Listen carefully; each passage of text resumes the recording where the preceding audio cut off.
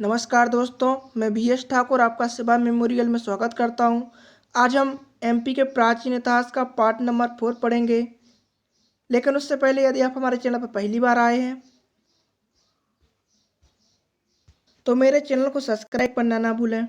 दोस्तों, सेवा मेमोरियल एक न्यू प्लेटफॉर्म है। यहाँ पर आपको कुछ फैसिलिटीज़ मिलती हैं, जैसे यहाँ पर बेस्ट एजुकेटर मिल जाते हैं, PDF ऑफ सीरीज की सुविधा मिलती है। यदि आप PDF प्राप्त करना चाहते हैं तो आपको हमारा टेलीग्राम चैनल ज्वाइन करना पड़ेगा। टेलीग्राम की लिंक मैंने डिस्क्रिप्शन में दे दी है। अब सीरीज से मतलब क्या है, जैसे ही हम MP का कोर्स कंप्लीट कराएंगे तो आपको MP के MCQ की एक सीरीज चलाएंगे जो लगभग 1 मंथ तक चलेगी। ठीक है। जो मेरी MPPSC प्री मेंस की जो लाइव क्लास रहती है वो रात में 8 बजे रहती है, और रात में 8 बजे मैं MP हिस्ट्री पढ़ा रहा हूँ। तो आपको क्या करना है, मेरी लाइव क्लास में आना है दोस्तों। और यदि आप चैनल पर पहली बार आए हैं तो चैनल को सब्सक्राइब कर लें और बेल आइकन पर क्लिक कर लें। मेरे वीडियो को लाइक करना ना भूलें और मेरी वीडियो को ज़्यादा से ज़्यादा लोगों को शेयर कर दें, जिससे लोग मेरी लाइव में आ सकें और मेरे पढ़ाने के तरीके को जान सकें। ठीक है। चलिए तो दोस्तों, हम MP हिस्ट्री का पार्ट नंबर 4 पढ़ते हैं। का दोस्तों, ये थोड़ा कुछ खास नहीं है तो इसे आप पढ़ लेना दोस्तों। ये कुछ ऐसे ही पॉइंट हैं। इसके बाद हम बात करते हैं जेजाक भुक्ति का चंदेल वंश। अब जो जेजाक भुक्ति का चंदेल वंश है, इस वंश की स्थापना 9वीं सदी में हुई। और किसने की? नन्नुक ने की। ये थोड़ा नन्नुक अजीब सा नाम है, तो आपको याद रहेगा कि चंदेल वंश की स्थापना नन्नुक ने की थी। अब जो नन्नुक का पौत्र था जयशक्ति या जेजा, इसके नाम पर इस वंश का नाम जेजाक भुक्ति पड़ा। नन्नुक का पौत्र से मतलब क्या है? नन्नुक के पुत्र का पुत्र। कैसे? तो जो जय शक्ति है, तो जय शक्ति का दादा कौन हुआ? नन्नुक। तो इस प्रकार आप ध्यान रख सकते हो। तो जय शक्ति या जेजा के नाम पर इस वंश का नाम जेजाक भुक्ति पड़ा। अब जो नन्नुक का शासनकाल माना जाता है वो 831 से 845 ईस्वी तक माना जाता है, और इसने चंदेल वंश की स्थापना की थी। और इसकी राजधानी क्या थी? खजुराहो थी। इसने किसको राजधानी बनाया? खजुराहो को राजधानी बनाया। तो इसमें लिखा है कि 9वीं सदी में स्थापना हुई, और यहाँ पर लिखा है 831 से 845। तो एक बात ध्यान रखना, जैसे अभी 2021 चल रहा है, तो 2000 से 2099 है, तो 2000 से 2099 तक क्या माना जाएगा? 21वीं सदी कहा जाएगा। इसी प्रकार 800 से 899 तक 9वीं सदी कहा जाता है। एक साल आगे बढ़कर कहा जाता है। ठीक है। इस प्रकार आप ध्यान रखोगे। जो खजुराहो था, खजुराहो को प्राचीन काल में खजूरपुरा तथा खजूर बाहुका के नाम से जाना जाता था, और यह गुजर प्रतिहारों के सामंत थे। ये सब बातें आपको ध्यान रखना है। इस वंश में 10वीं सदी में एक महत्वपूर्ण शासक हुए धंगदेव। धंगदेव ने क्या कहा? विश्व में जीने के लिए वैद्य जो होना जरूरी है। मतलब विश्व में यदि हमें जीवित रहना है तो डॉक्टर की आवश्यकता पड़ती है। तो इन्होंने इन मंदिरों का निर्माण करवाया। कैसे याद रखेंगे? तो विश्व में जीने के लिए विश्वनाथ मंदिर हो गया, जीने के लिए मतलब जीनानाथ मंदिर, और वैद्य चाहिए तो वैद्यनाथ मंदिर हो गया, और एक पार्श्वनाथ मंदिर। ये सभी मंदिर धंगदेव ने करवाया निर्माण, और इनका शासनकाल 950 से 1003 ईस्वी तक माना जाता है। और धंग के शासनकाल में खजुराहो का विश्वविख्यात मंदिर कंदरिया महादेव मंदिर का निर्माण शुरू करवाया गया था। ढंग ने किस मंदिर का निर्माण शुरू करवाया? कंदरिया महादेव मंदिर का निर्माण शुरू करवाया। लेकिन इसे पूरा किसने करवाया? तो विद्याधर। विद्याधर का शासनकाल कितने से कितना माना जाता है? 1017 से लेकर 1027 ईस्वी तक माना जाता है। ठीक है। अब जो दंग थे, इन्होंने बनारस किससे छीन लिया? पाल शासकों से बनारस छीन लिया। और जो धंग थे, धंग ने सुबुक्तगीन के विरुद्ध जयपाल को सहायता भेजी थी। जो धंगदेव थे, इन्होंने सुबुक्तगीन के विरुद्ध जयपाल को सहायता भेजी थी, और इन्होंने स्वेच्छा से गंगा यमुना के संगम में समाधि लेकर प्राण त्याग दिए। ये सब बातें आपको धंगदेव से ध्यान रखनी है। इसके बाद हम बात करते हैं गंडदेव। गंडदेव भी इस वंश के महत्वपूर्ण शासक हुए। ये धंगदेव के बाद हुए। धंगदेव का ये पुत्र था। जो गंडदेव के पिता थे धंगदेव, इन्होंने विश्व में जीने के लिए क्या बनवा दिया? वैद्यनाथ मंदिर। ठीक है। मतलब विश्वनाथ मंदिर और जीनानाथ मंदिर, वैद्यनाथ मंदिर और पार्श्वनाथ मंदिर, इन सभी मंदिरों का निर्माण धंगदेव ने करवाया था। लेकिन गंडदेव ने क्या करवाया? चित्रगुप्त मंदिर और जगदम्बा देवी का मंदिर, ये दोनों मंदिर खजुराहो में निर्मित करवाए। और धंगदेव ने क्या किया था? सुबुक्तगीन के विरुद्ध जयपाल को सहायता भेजी थी। अब जो गंडदेव है, इन्होंने महमूद गजनबी के विरुद्ध आनंदपाल को सहायता भेजी। ये सब बातें आपको गंडदेव के बारे में ध्यान रखनी है। इसके बाद हम बात करते हैं विद्याधर। जो कि गंडदेव का पुत्र था और यह सबसे शक्तिशाली शासक माना जाता है। चंदेल शासकों में क्या माना जाता है? सबसे शक्तिशाली शासक माना जाता है। मुसलमान लेखक इसके नाम को उल्लेख चंद्र तथा विदा से करते हैं। ये उतना महत्वपूर्ण नहीं है, आप ध्यान भी नहीं रखें तो भी कोई बात नहीं। जो विद्याधर था 1019 ईस्वी में इसने क्या किया? जो गुजर प्रतिहार शासक थे राज्यपाल, इनका वध कर दिया। क्यों किया? क्योंकि यह महमूद गजनबी से युद्ध न करने के बजाय भाग गया था। इसने महमूद गजनबी से युद्ध नहीं किया और अपनी कायरता दिखाते हुए वहां से भाग गया, जिस वजह से ये विद्याधर थे चंदेल शासक, ये गुस्से से क्रोधित होकर उनकी हत्या कर दी। राज्यपाल कौन था? गुजर प्रतिहार शासक। अब जो विद्याधर था इसने मालवा के शासक राजा भोज तथा कलचुरी शासक गांगेय को पराजित किया था और इन्हें अपने अधीन कर लिया था। अब जो विद्याधर था और महमूद गजनबी, इन दोनों के बीच 1019 में संधि होती है, जिसमें महमूद गजनबी विद्याधर को 15 किले पुरस्कार के रूप में देता है तथा महमूद गजनबी अपने साथ कुछ धन ले जाता है। इस खुशी में क्या करवाते हैं विद्याधर? कंदरिया महादेव मंदिर का निर्माण पूर्ण करवा लेते हैं। ये सब बातें आपको विद्याधर से ध्यान रखनी है। इसका मैं रिवीजन नहीं करवाऊंगा आज, छोटी सी क्लास है दोस्तों, तो आपको एक बार पढ़ लेना, एक बार फिर से क्लास देख लेना। फिर से बता देते हैं, विद्याधर किसका पुत्र था? गंडदेव का पुत्र था। 1019 ईस्वी में क्या हुआ? इन्होंने गुजर प्रतिहार शासक राज्यपाल का वध कर दिया, क्योंकि यह महमूद गजनबी से युद्ध न करने के बजाय कायरता से भाग गए। और विद्याधर ने मालवा के शासक राजा भोज तथा कलचुरी शासक गांगेय को पराजित किया था। विद्याधर और महमूद गजनबी के बीच 1019 ईस्वी में संधि हुई। इस संधि में महमूद गजनबी विद्याधर को 15 किले देता है तथा कुछ धन अपने साथ ले जाता है तथा महमूद गजनबी ने क्या अन्य तथा विद्याधर ने इस खुशी में क्या करवाया? कंदरिया महादेव मंदिर का निर्माण पूर्ण करवाया था। इसके बाद कुछ शासक हुए हैं जैसे विजयपाल, देववर्मन, कीर्तिवर्मन, ये आप पढ़ लेना दोस्तों, उतने खास नहीं है। मदन वर्मन भी हुए थे, यह प्राकृतिक शासक के रूप में उभरा था, यह भी कुछ खास नहीं है। अब हम परमर्दिदेव या परमल के बारे में बात करते हैं। इनका शासनकाल 1165 से लेकर 1203 ईस्वी तक माना जाता है। यह एक अंतिम शक्तिशाली शासक था जो कि चंदेल वंश का था। इनका नाम कहीं कहीं पर परमर्दिदेव मिलता है तथा परमल भी मिलता है। अब जो पृथ्वीराज चौहान थे, पृथ्वीराज चौहान ने क्या किया? 1182 में जो परमर्दिदेव की राजधानी थी महोबा, महोबा पर आक्रमण कर दिया और जो परमर्दिदेव के सेनापति थे अलाउद्दीन, इन्होंने अपनी वीरता का प्रदर्शन किया और लड़ते हुए वीरगति को प्राप्त हुए। 1182 में क्या हुआ? पृथ्वीराज चौहान ने परमर्दिदेव की राजधानी महोबा पर आक्रमण किया और जो परमर्दिदेव या परमल के सेनापति थे अलाउद्दीन, ये युद्ध करते हुए पृथ्वीराज चौहान से वीरगति को प्राप्त हुए। और जो अलाउद्दीन थे, इनकी लोक गाथाएं या वीर गाथाएं मध्य प्रदेश के बुंदेलखंड में आज भी लोकगीतों के रूप में प्रचलित हैं।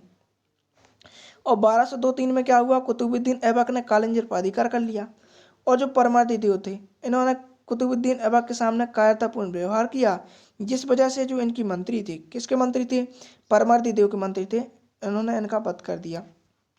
क्या बोलोगे दोस्तों?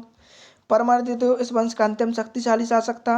इनका नाम कहीं कहीं पर परमर भी मिलता है। पृथ्वीराज चौहान ने 1182 में इनकी राजधानी महू पर आक्रमण किया था और जो परमर्दिदेव के सेनापति थे अलाउद्दीन, इन्होंने अपनी युद्ध में अपनी वीरता का प्रदर्शन करते हुए वीरगति को प्राप्त हुए। इनकी लोक गाथाएं, किसकी लोक गाथाएं? अलाउद्दीन की लोक गाथाएं आज भी बुंदेलखंड में प्रचलित हैं, जो कि लोकगीतों के रूप में प्रचलित हैं। 1202-3 में कुतुबुद्दीन ऐबक ने कालिंजर पर अधिकार कर लिया और कुतुबुद्दीन ऐबक के सामने परमर्दिदेव ने कायरता का व्यवहार दिखाने के कारण इनके मंत्रियों ने परमर्दिदेव की हत्या कर दी। ठीक है, इतना सब हमें ध्यान रखना है। इसके बाद आते हैं त्रिलोकवर्मन। इनका शासनकाल 1202 से 1250 तक माना जाता है, 1203 से 1250 तक। ठीक है, इसके पहले जो परमर्दिदेव था, इनका शासनकाल कितना था? 1100। परमर्दिदेव का शासनकाल कितना था? जल्दी बोलो दोस्तों।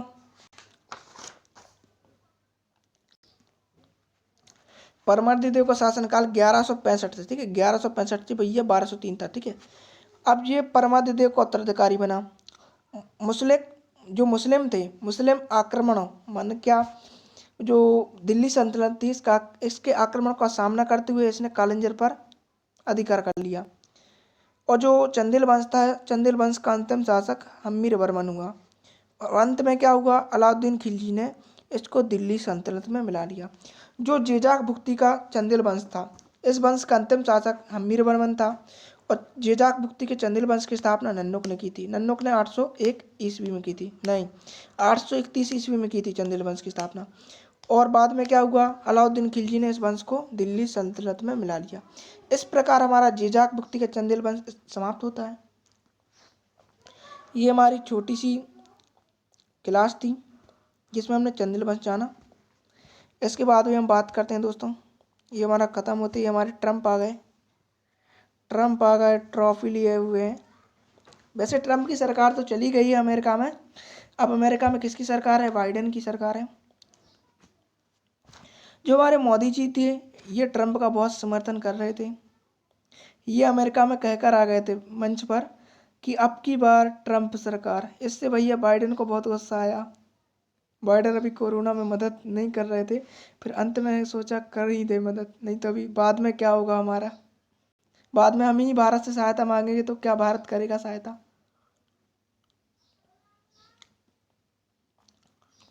चलिए दोस्तों, हम परमार वंश की बात करते हैं। परमार वंश की स्थापना किसने की।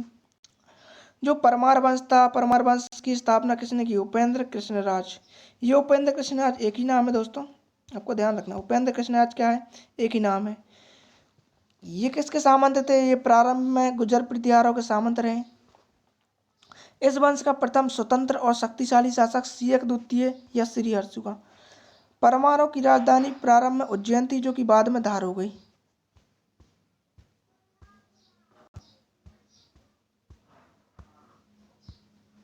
जो परमारों की प्रारंभिक राजधानी थी वो उज्जैनी थी, और बाद में क्या हो गई, धार हो गई दोस्तों। ठीक है, इस प्रकार आप ध्यान रखोगे।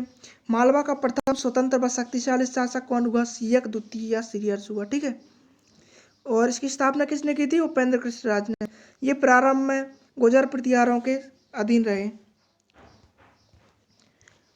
चलिए मालवा के कुछ शासक जान लेते हैं। जैसे यहाँ पर सबसे पहले उपेंद्र कृष्णराज 800 ईस्वी में आए थे, 818 तक शासनकाल रहा इनका। जो मालवा के परमार वंश की स्थापना है, ये 800 ईस्वी में उपेंद्र कृष्णराज ने की थी। इसके बाद बेरी सिंह प्रथम का नाम मिलता है, जो 818 से 843 ईस्वी तक रहे। उसके बाद सियक प्रथम का नाम मिलता है, जो 843 से 893 तक रहे। बागपति आए, बागपति 893 से 918 ईस्वी तक रहे। फिर उसके बाद हम देखते हैं बेरी सिंह द्वितीय, बेरी सिंह द्वितीय। ठीक है, बेरी सिंह, यहाँ पे बेरी सिंह प्रथम आए थे, यहाँ पे बेरी सिंह द्वितीय 918 से 948। इस प्रकार आप मालवा के शासक ध्यान रखोगे। अब जो बेरी सिंह द्वितीय थे, ये 918 से 948 तक रहे। इनके बारे में कुछ ज़्यादा नहीं है, इनको छोड़ दीजिए। अब हम मालवा की बात करते हैं, जो इस वंश का सबसे प्रथम शक्तिशाली शासक हुआ और स्वतंत्र शासक हुआ। जो सियक द्वितीय था या श्रीहर्ष, इनका शासनकाल 948 से 974 तक था। इनके शासनकाल दोस्तों आपको ध्यान रखने हैं, यह पहला महत्वपूर्ण शासक था। इसने राष्ट्रकूट नरेश को क्या किया था, पराजित किया था। इसने मालवा में स्वतंत्र राज्य की स्थापना की थी। जो सियक द्वितीय था या श्रीहर्ष, यह एक पहला महत्वपूर्ण शासक था और इसने मालवा में स्वतंत्र राज्य की स्थापना किया थी, और इसने राष्ट्रकूट नरेश को पराजित किया था। ये सब बातें ध्यान रखनी है। इसके बाद बात करते हैं बागपति राजवंश। भैया ये महत्वपूर्ण शासक था बागपति राजवंश। इसका शासनकाल 974 से 995 ईस्वी तक माना जाता है। इसके समय को मालवा का स्वर्ण युग कहा जाता है।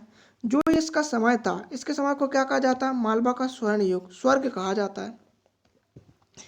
जो बागपति राजवंश था, बागपति राजवंश कला एवं साहित्य का महान संरक्षक था। इसने धार जिले में मुंज सागर झील का निर्माण करवाया था, या धार में इस मुंज सागर झील का निर्माण करवाया था। बागपति राजवंश ने चालुक्य नरेश तैलप द्वितीय को 6 बार पराजित किया था, लेकिन 7वीं बार चालुक्य शासक तैलप द्वितीय ने बागपति राजवंश को पराजित कर बागपति राजवंश को मार डाला, खेल ही खत्म कर दिया। 6 बार पराजित किया इन्होंने तैलप द्वितीय को, और अंत में क्या होगा, बागपति राजवंश जी इनसे मारे गए। इसके बाद हम देखते हैं बागपति राजवंश, तो उन्होंने श्रीवल्लभ पृथ्वी वल्लभ, अमुक वर्ष जैसी उपाधियां ली थी। और कौथम दान पत्र से ज्ञात होता है कि बागपति राज मुंज ने हूणों को पराजित किया था। जो बागपति राज मुंज था इसने हूणों को पराजित किया था, इसकी जानकारी कौथम दान पत्र से मिलती है। और इन्होंने श्री वल्लभ, पृथ्वी वल्लभ, अमुक वर्ष जैसी उपाधियां ली थी। बागपति राज मुंज सफल विजेता होने के साथ साथ कवियों और विद्वानों का आश्रय दाता था। इसके दरबार में पद्मगुप्त, धनंजय, धनिक, हलायुद्ध जैसे विद्वान थे।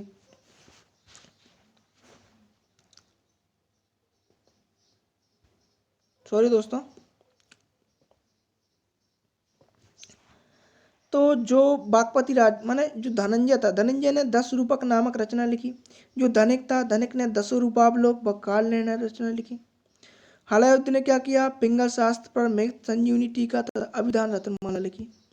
और जो भैया हमारे पद्म गुप्त, इन्होंने नवसाय सांख्यचरित नामक रचना लिखी। इन्होंने कौन सी रचना लिखी, नवसाय सांख्यचरित नामक रचना लिखी। ये सब रचना आपको ध्यान रखनी है।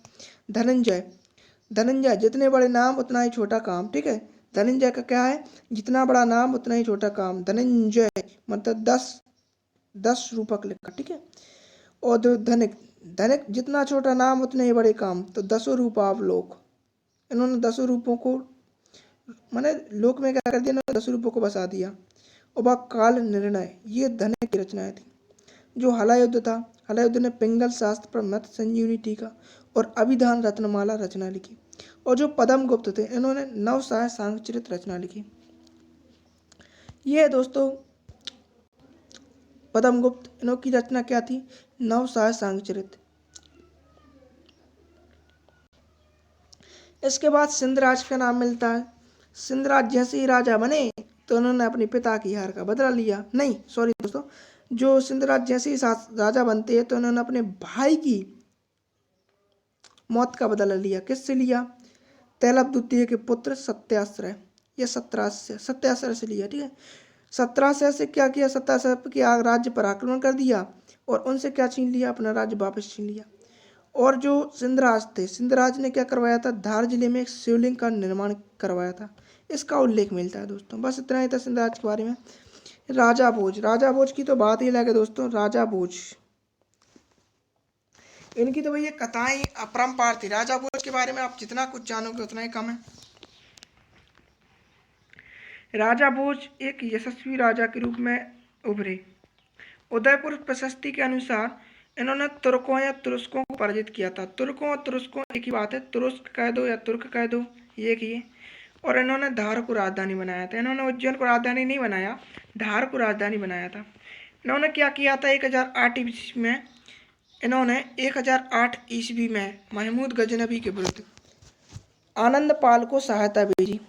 इसको सहायता भेजी, आनंद पाल को सहायता भेजी। और फिर उसके बाद क्या किया, आनंद पाल का जो पुत्र था त्रिलोचन पाल, उसको 1019 ईस्वी में अपने राज्य में आश्रय दे दिया। राजा भोज सबसे शक्तिशाली शासक हुए परमार वंश के। इन्होंने त्रिभुवन नारायण मंदिर का निर्माण करवाया था। इन्होंने क्या करवाया, त्रिभुवन नारायण मंदिर का निर्माण करवाया था। ये सब बातें ध्यान रखना है। इसके बाद भी हम राजा भोज के बारे में बहुत सारी चीजें जानेंगे। राजा भोज ने क्या किया, राजा भोज ने तुर्कों को पराजित किया था तथा धार को अपनी राजधानी बनाया था। राजा भोज ने 1008 ईस्वी में महमूद गजनबी के विरुद्ध आनंद पाल को सैनिक सहायता भेजी थी। आनंद पाल के पुत्र त्रिलोचन पाल को 1019 ईस्वी में अपने राज्य में आश्रय दिया था। राजा भोज ने 1010 से 1055 तक शासन किया, मतलब 45 वर्षों तक शासन किया। राजा भोज ने त्रिभुवन नारायण मंदिर का निर्माण करवाया था। इसके बाद देखें,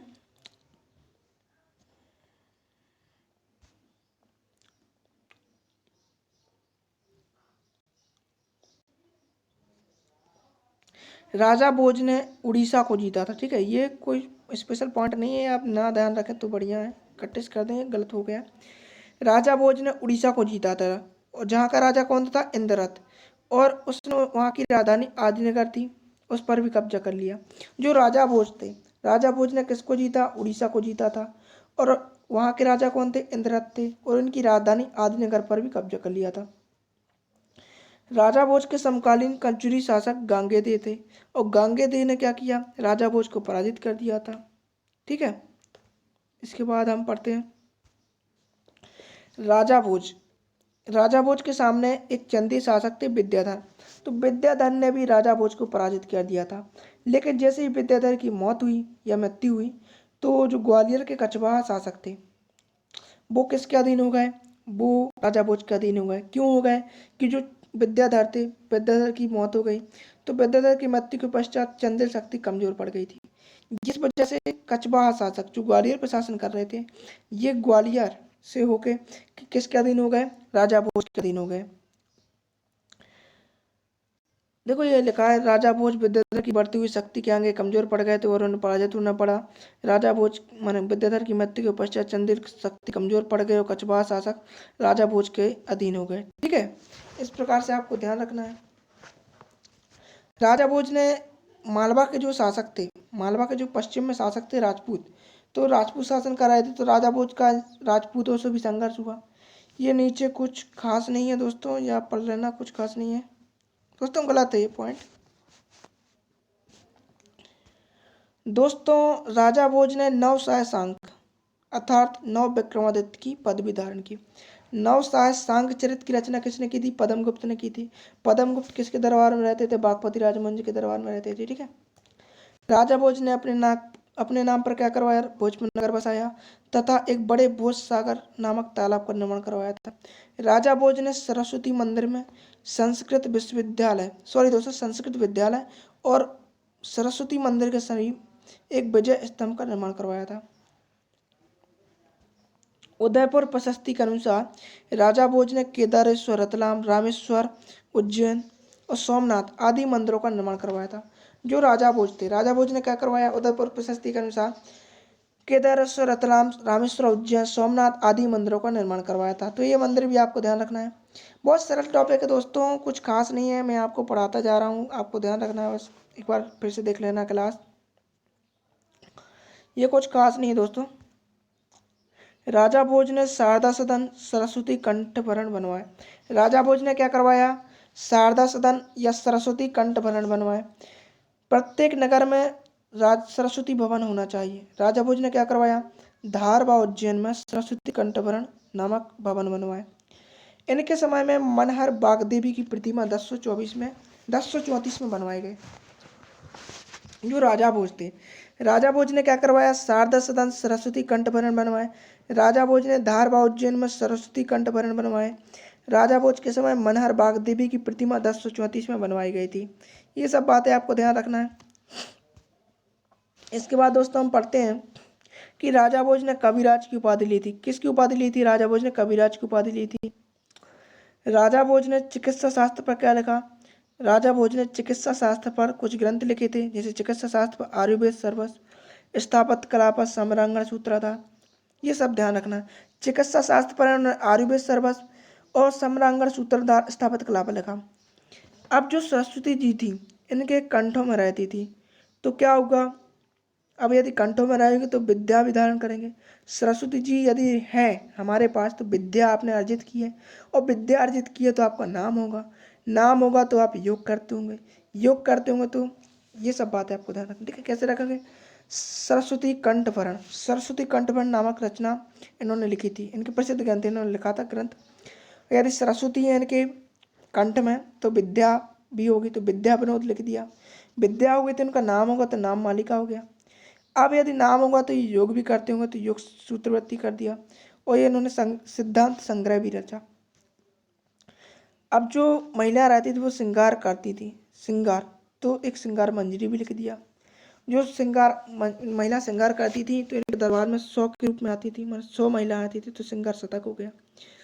जब ये अपनी गद्दी पे बैठ के कुछ शब्द बोलते थे, तो इनके जो शब्दों में था उनमें क्या लिखा? शब्दानुशासन, माने ये अपने शासन पर गद्दी पे बैठ के शब्द बोलते थे।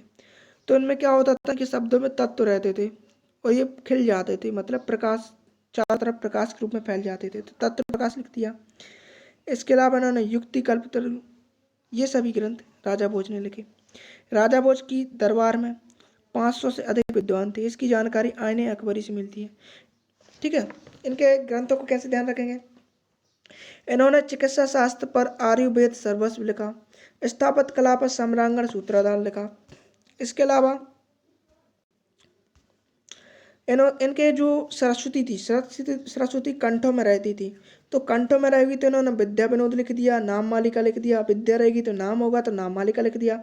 नाम होगा तो योग करते होंगे तो योग सूत्रवृत्ति होगा, एक सिद्धांत सूत्र लिख दिया। अब जो महिला रहती थी इनके दरबार में श्रृंगार करके आती थी, तो एक श्रृंगार मंजी हो गया। तो महिला 100 आती थी तो श्रृंगार शतक हो गया। तो क्या होता था, ये शासन पर बैठ के, माना गद्दी पर बैठ के शब्द बोलते थे, तो शब्दानुशासन हो गया।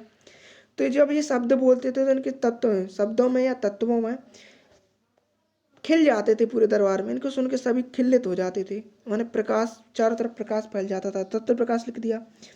और युक्ति कल्पतरु, ये सभी ग्रंथ माने किसने लिखे? राजा भोज ने लिखे।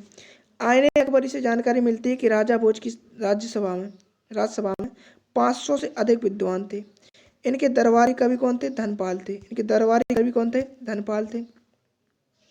जो राजा भोज के दरबारी कवि थे वो धनपाल थे। राजा भोज की हत्या किसने की? कलचुरी नरेश लक्ष्मीकरण, ये किसके बाद आए थे? गांगेय।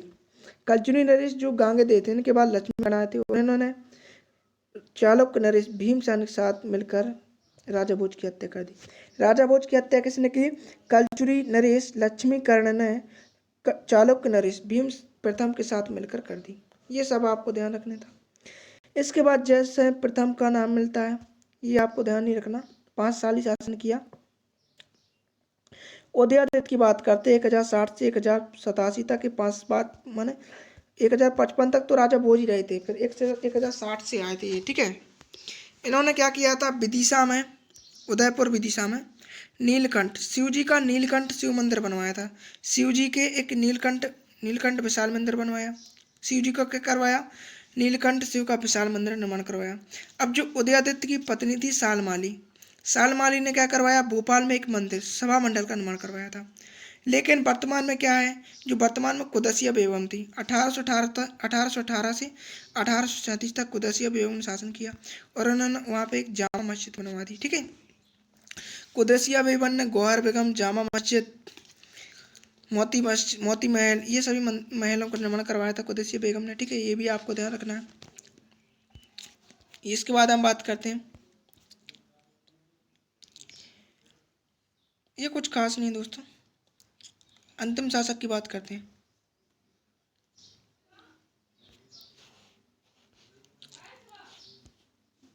ज्यादा नहीं जानना, हम तो लास्ट शासक की बात करते हैं, जो महलक देव था। महलक देव 1292 से 1305 तक शासन किया।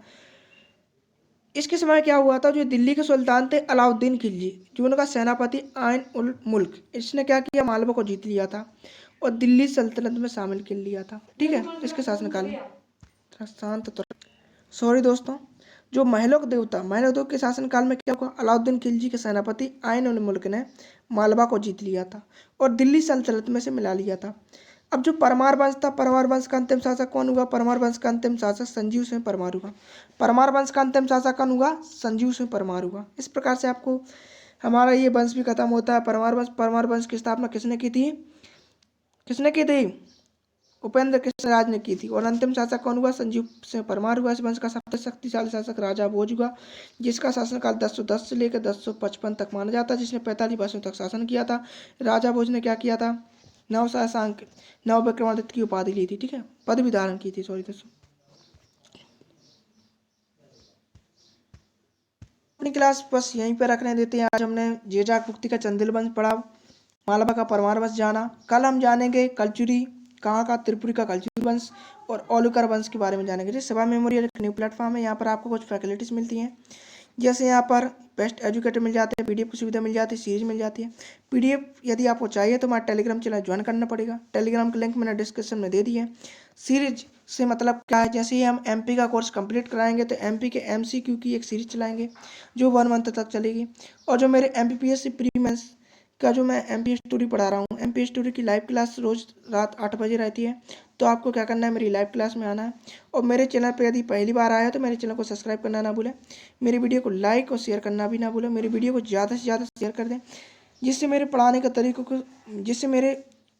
तरीकों सभी क्या करें, जिससे मेरे पढ़ाने के तरीके को सभी लोग जान सकें और मेरी लाइव क्लास में ज़्यादा से ज़्यादा लोग जुड़ सकें, ठीक है दोस्तों। तो जो हमारी डिस्कशन क्लासेज थी, डिस्कशन क्लासेज 25 मई से स्टार्ट हो चुकी है। और ये सुबह 11:45 पर रहती है। इसका मैं टाइम हटा दूंगा दोस्तों, 11:45 पर रहती है, जो मैं सुबह 7 बजे कर दूंगा आपकी डिस्कशन क्लासेस का। जो मैंने फर्स्ट क्लास अपलोड की है डिस्कशन क्लास, इसमें व्हाट्सएप से संबंधित तथ्य थे, जो मैंने 11:45 पर अपलोड की थी, वो यूट्यूब पर आपको मिल जाएगी, तो आपको देख लेना वीडियो। व्हाट्सएप से संबंधित था, व्हाट्सएप बंद, व्हाट्सएप गवर्नमेंट का। जब भी मेरी क्लास में आते तो हेडफोन का यूज किया करो, हेडफोन लगा के आया करो और मोबाइल साइलेंट करके आया करो, ठीक है। मेरे वीडियो में आने के लिए थैंक यू दोस्तों। आज मैंने एमपी जीके का, एमपी स्टोरी का पार्ट नंबर 4 कंप्लीट कर लिया। पार्ट नंबर 5 में हम एमपी का प्राचीन इतिहास कंप्लीट कर लेंगे, फिर हम एमपी के मध्यकालीन इतिहास की बात करेंगे, ठीक है दोस्तों। नमस्कार दोस्तों, मैं वी एस